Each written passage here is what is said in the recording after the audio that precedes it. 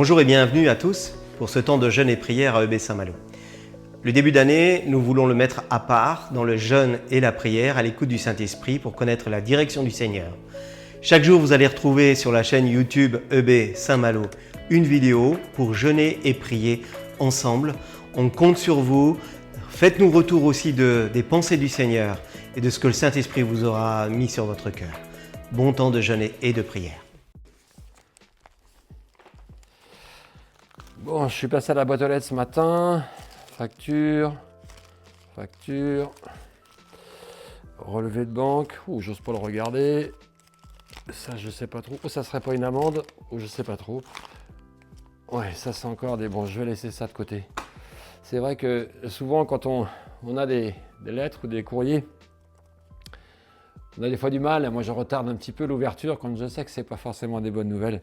Et il y a pourtant un passage dans l'Écriture qui nous enseigne, qui nous dit ceci, et c'est un des plus courts versets de l'Écriture, qui nous dit au verset 16 du chapitre 5 de la lettre aux Thessaloniciens, dans le Nouveau Testament, il nous est dit au verset 16, « Soyez toujours joyeux ». Waouh! Alors, sincèrement, entre autres, quand je vais à ma boîte aux lettres et quand j'aime mes courriers, trouver la joie dans ces choses-là, c'est pas toujours facile. Je crois qu'il y a un défaut parfois que l'on a, c'est d'isoler des versets et d'en faire des sommets. Et quand j'ouvre une lettre, en général, je ne lis pas qu'une petite partie de la lettre. Je prends la totalité de la lettre et je crois que c'est nécessaire parce que ce verset 16 du chapitre 5, il est indissociable de l'ensemble de la lettre qui nous est parvenue. Alors c'est une des premières lettres que Paul a écrites à l'église de Thessalonique, en Grèce. Ça figure vraisemblablement dans une des premières lettres qu'il a fait transmettre à l'église par Timothée, qui lui avait été envoyée. C'était dans son second voyage missionnaire, et il faut savoir quand même que Paul a été obligé de quitter Thessalonique après une violente persécution qui l'obligeait à quitter la ville. Et dans cette violence et dans ces difficultés, il écrit quand même aux Thessaloniciens qu'il faut être toujours joyeux. C'est toujours un paradoxe quand on prend qu'une petite partie. Pourquoi Paul écrit ceci? Et c'est important de reprendre l'ensemble du chapitre. Parce que le début du chapitre, Paul résume le salut en Jésus-Christ. Et il dit bien ceci, vous êtes tous des enfants de la lumière et des enfants du jour. Ça, c'est un premier point qui est important. Verset 5 du chapitre 5. Mais ensuite, il développe et il dit, ayant pour casque l'espérance du salut.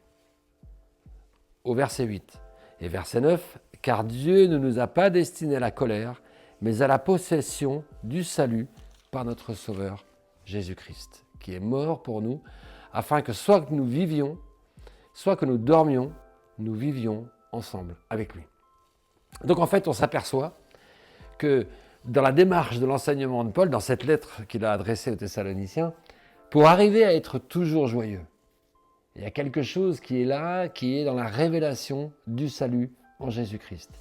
Vous savez, les joies de la vie, alors il y a les joies de la réussite, les joies du plaisir, il y a les joies du succès, les joies d'un moment particulier, qui souvent entraînent une continuelle recherche pour retrouver cette joie, ces plaisirs. Et à un moment donné, on se rend compte que ça a ses limites. Les événements favorables, des situations de joie, il n'y en a pas tant que ça dans notre vie aujourd'hui. Il y en a, heureusement, il y a des bons moments, il y a des moments où on peut se réjouir, mais il y a des moments aussi de difficulté. Et on sent bien qu'aujourd'hui, les gens fonctionnent beaucoup sur les déceptions et recherchent continuellement à renouveler cette joie, mais n'y arrivent pas. Et parfois, des lettres qui ne sont pas forcément de bonnes nouvelles nous entraînent vers une certaine tristesse. Comment retrouver cette joie?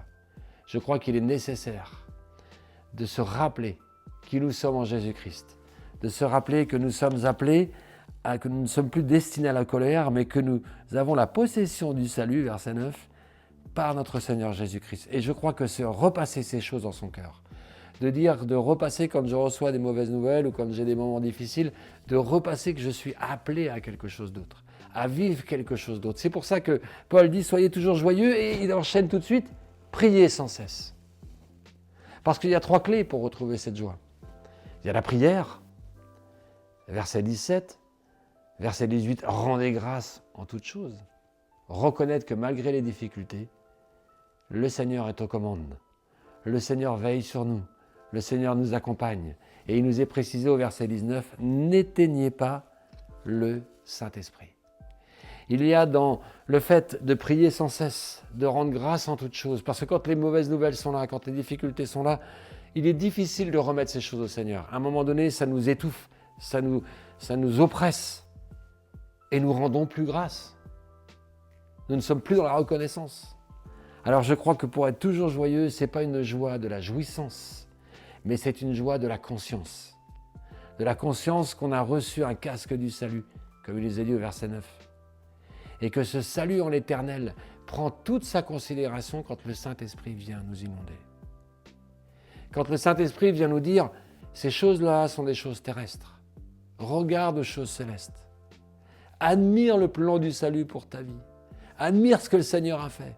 Admire qu'il te dit qu'il va être avec nous tous les jours jusqu'à la fin du monde. Soit que nous veillons, soit que nous dormions, nous vivons ensemble avec lui. Il y a dans la répétition et dans la confession de l'Écriture un élan spirituel. C'est pour ça aussi qu'au verset 11, il nous est dit « C'est pourquoi exhortez-vous réciproquement et édifiez-vous les uns les autres comme en réalité vous le faites. » Vous voyez que cette lettre, elle est copieuse. Cette lettre, elle est nourrissante. Cette lettre est une lettre de bonne nouvelle. Et dans cette bonne nouvelle, je crois que la communion fraternelle, dans la vie de l'Église, dans la vie du lien de frère à frère, de frère à sœur, de sœur à sœur, il doit régner entre nous quelque chose qui s'appelle de l'exhortation, qui s'appelle de l'encouragement, qui s'appelle de la délicatesse pour encourager l'autre et le porter. Exhortez-vous mutuellement les uns les autres, réciproquement, et édifiez-vous. Et dans cette édification et dans cette exhortation, dans le rappel de qui nous sommes en tant que fils et filles de Dieu, dans l'amour et le témoignage qu'on reçoit et qu'on donne, alors il y a une joie qui vient dans nos cœurs. Il y a quelque chose qui dépasse la jouissance de cette vie, qui dépasse les plaisirs terrestres. Et c'est pour ça qu'à un moment donné, on peut confesser et dire « j'ai une joie qui vient du ciel ». Soyez toujours joyeux. Recevez cette joie du salut.